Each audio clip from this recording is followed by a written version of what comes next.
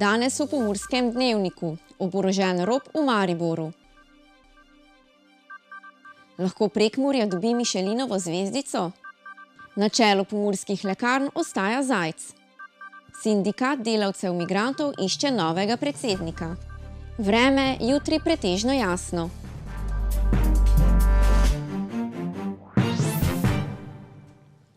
Gledalke in gledalci, lepo pozdravljeni v Pomurskem dnevniku. Včeraj dopoldne je štajersko prestolnico preletaval policijski helikopter. Na Koroškem mostu pa so policisti postavili zasedo.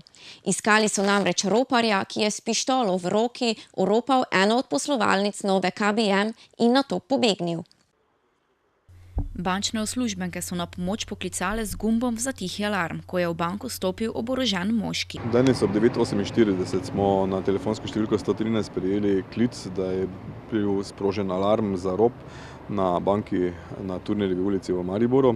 Na kraj smo takoj poslali policiste, ki so ugotovili, da je dejansko prišlo do oboroženega ropa, in sicer je v poslovalnico te banke vstopil moški. Po zbranih podatkih je neznani storilec Visok okoli 170 do 175 cm, oblečen v modre kavbojke, izrazito rdečo ali pa kričeče rdečo jakno, obut v bele športne copate, na glavi pa je nosil rdečo kapo s šildom, na kateri je znak Ferrarija.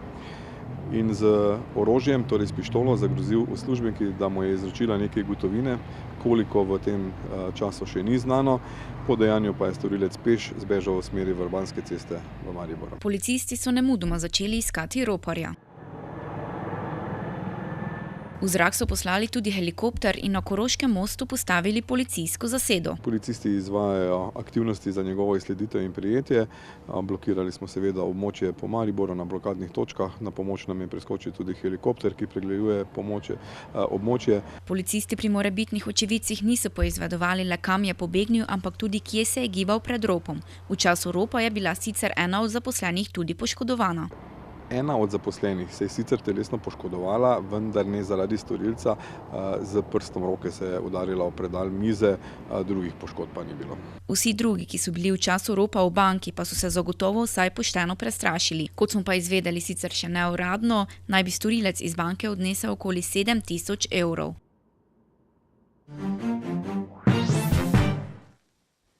Pomurci radi dobro jemo, imamo kar nekaj dobrih gostiln, tudi najboljše v vzhodni regiji. Pa imamo tako dobro gostilno, da bi si zaslužila Michelinovo zvezdico? Še nobena restavracija v Sloveniji nima Michelinove zvezdice.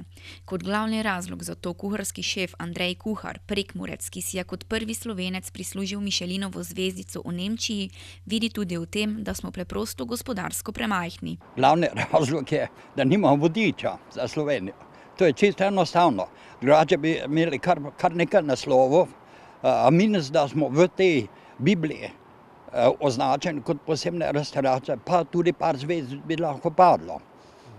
Ja, razlogi so domnevni, ampak so sigurno nekje ti, ko žurnalisti domnevajo tudi gospodarstvo. Enostavno smo gospodarsko premajhni. Nismo dovolj interesantni za to rdečo Biblijo, da tiska za Slovenijo. Kuhar dodaja, da glede na to, da imamo najboljšo kuharsko mojstrico na svetu za leto 2017, Ano Roš iz hiše Franko v Kobaridu, se bodo morali vodilni pri Michelinu zganiti, saj zdaj več ni izgovorov. Ana je med vodilnimi na svetu. Zdaj se bo Michelin mogel zmigati, kagod. Ni več pardona. Ja. Potem bodo pa malo gospodje se pelali tudi po deželi okrog in verjamem, da bo en ali drugi padel tem gospodu resno v oči, ki se bodo tudi malo bolj zainteresirano pogledali. Vendar pa pot do Michelinove zvezdice ni lahka. Združenje JRE je združenje mladih gostincev in velja za nekakšno čakalnico za tako zaželeno Michelinovo zvezdico. V čakalnici je trenutno 14 slovenskih gostiln, med njimi tudi ena iz Prekmurja. To je gostilna Rajh iz Bakovcev. Ostale so Piccolo, hiša Franko, gostilna Mahorčič, Pavus, restauracija Dam, Ošterija Debeluh, pri Danilo, gostilna pri Lojzetu, Vila Podvin, Skipas hotel, hiša Denk in gostilna Rakar. Spomnimo, da je gostilna Rajh v vseslovenskem projektu The Slovenia Restaurant Awards postala najboljša gostilna v vzhodni regiji. Dejstvo pa je, da je Michelinov vodnik, ki prihaja v Slovenijo, pomeni dodaten izziv in motivacijo za vsakega kuharskega mojstra. Hkrati pa Slovenijo postavlja na kulinarični zemljevid. V minulih dneh je bila sklicana seja sveta Javnega zavoda pomurskih lekarn, na kateri so med drugim glasovali tudi o novem direktorju. Na razpis za direktorja pomurskih lekarn se je prijavil le en kandidat, in sicer dosedanji direktor Ivan Zajc, ki pomurske lekarne vodi že zadnjih 20 let. Za Zajca je glasovalo 19 članov sveta zavoda in eden proti. Proti naj bi glasoval predstavnik soboške občine. Zajc mora zdaj dobiti še soglasje članov mestnega sveta, ki bodo odločali v imenu vseh ustanoviteljic. Spomnimo, da je zadnji Zajcev mandat zaznamovala predvsem zahteva soboške občine po delitvi dobička pomurskih lekarn med občine ustanoviteljice. Spor zaradi delitve dobička se je vlekel dobro leto. Nazadnje so člani sveta zavoda sklenili, da si bodo 1,8 milijona evrov glede na število prebivalcev razdelile občine ustanoviteljice in tudi tiste, ki so iz njih nastale. 200 tisoč evrov pa občina, ki so same prispevale za prostore lekarn. Novo ustanovljena politično stranko, ki jo večinoma tvorijo delavci migranti, vodi Martin Ivec, ki je zaradi izvolitve na ustanovnem kongresu odstopil z mesta predsednika sindikata delavcev migrantov Slovenije. Čeprav so iz sindikata delavcev migrantov sporočili, da Ivec ostaja aktiven član sindikata, pa ta zdaj mrzlično išče novega predsednika. Tako so razpisali kandidaturo za mesto predsednika sindikata in zainteresirane pozvali, naj pošljejo kandidature do 5. aprila, skupaj s predstavitvenim besedilom, programom in načinom dela za naprej ter motivacijskim pismom. Ivec in podporniki so sicer stranko ustanovili z visokoletečimi obljubami o boju proti vsem oblikam elitizma ter korupcije v državi, sebe pa so označili za stranko brez politikov. A že na dan ustanovitve stranke so si privoščili spodrsljaj na spolskem političnem parketu. Na sobotnem shodu proti migrantom in vladi, ki se ga je udeležilo približno 20 ljudi, se je organizatorka shoda Anica Markl pred 3 strankam, med drugim tudi novi stranki Reset, zahvalila za soorganizacijo dogodka.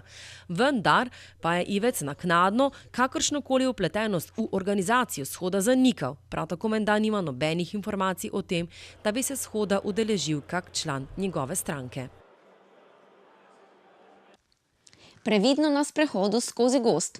Od spomladi do jeseni je v Sloveniji velika nevarnost okužbe s klopi, ki se pretežno zadržujejo v visoki travi, grmovju in gozdu ter v bližini voda. Klopi imajo zelo dobro razvita čutila, odlično zaznajo vonj, toploto in vlago. S čutnimi laski in kemičnim čutilom na prednjem paru nog zazna najšibkejše toplotne tokove, premike in rahel vonj. Tako odkrije primerno žrtev, na katero se prisesa. Človek klopovega ugriza navadno sploh ne zazna. Preden klop začne sesati, izloči nekaj sline z mešanico snovi, ki ublažijo bolečino in preprečujejo strjevanje krvi. Ko greste v gozd, oblecite svetla oblačila, da je klop bolj viden, z dolgimi rokavi in hlačnicami. Obujte visoko obutev. Ko se vrnete domov, pa natančneje pregledajte telo, kožne gube, uhlje, dimlje, pazduhe. Klopi pa prenašajo najmanj 2 povzročitelja bolezni, in sicer povzročitelja klopnega meningitisa in borelioze. Ogriz okuženega klopa lahko povzroči klopni meningitis, ki je virusna bolezen možganske ovojnice in osrednjega živčnega sistema. Pojavlja se na širšem območju Evrope, kjer prevladuje pokrajina podalpskega in dinarskega tipa. Bolezen navadno poteka v 2 fazah in lahko pusti trajne posledice, kot so glavoboli, zmanjšanje delovanja sposobnosti, zmanjšana sposobnost koncentracije, pareze pa tudi ohromelost. Prisesane klope je treba čim prej in previdno odstraniti, s čimer se zmanjša možnost okužbe. Prisesanega klopa se ne sme odstranjevati z dražečimi kemičnimi snovmi ali z vrtenjem, ker utegne v koži ostati delček rilca ali kaveljčka, ki se lahko zagnoji. Tako mehanično kot tudi kemijsko odstranjevanje ni priporočljivo, saj draži kožo in celo pospeši bakterijsko okužbo. Strokovnjaki pa pravijo, da je najprimernejša odstranitev klopa z naglim potegom iz kože s pinceto. Spletni medij sobotainfo.com poroča, da so se radgonski gasilci odločili, da prodajo cisterno. Za koliko jo prodajajo, preverite na spletnem portalu, nas pa čakajo sedaj kratke novice.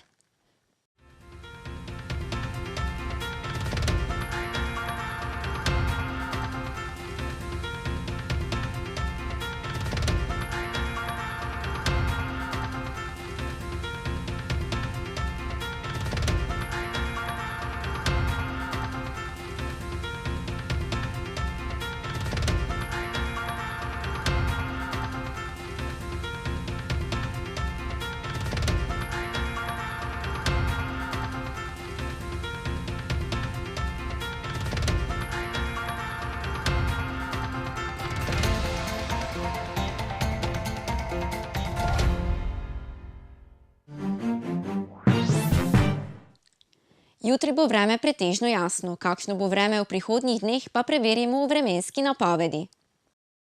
Danes smo imeli oblačen dan s temperaturami okrog 19 stopinj Celzija. Opoldne smo v Krajinskem parku Goričko namerili 14, v Murski Soboti in Radencih 16 ter v Lendavi 17 stopinj Celzija. Jutri bo pretežno jasno, ponekod bo pihal južni do jugozahodni veter. Najnižje jutranje temperature v vzhodni Sloveniji se bodo v Murski Soboti in Mariboru gibale okrog 5 stopinj Celzija, dnevne pa se bodo povzpele do 20. V soboto in nedeljo bo večinoma sončno, pihal bo jugozahodni veter. Temperature v naših krajih se bodo zjutraj gibale okrog 4 stopinj, dnevne pa se bodo povzpele do 23. To smo vam pripravili v današnjem Pomurskem dnevniku. Za več informacij obiščite našo spletno stran www.tvideja.si, v naši družbi pa ostanite še naprej. Prijeten četrtek!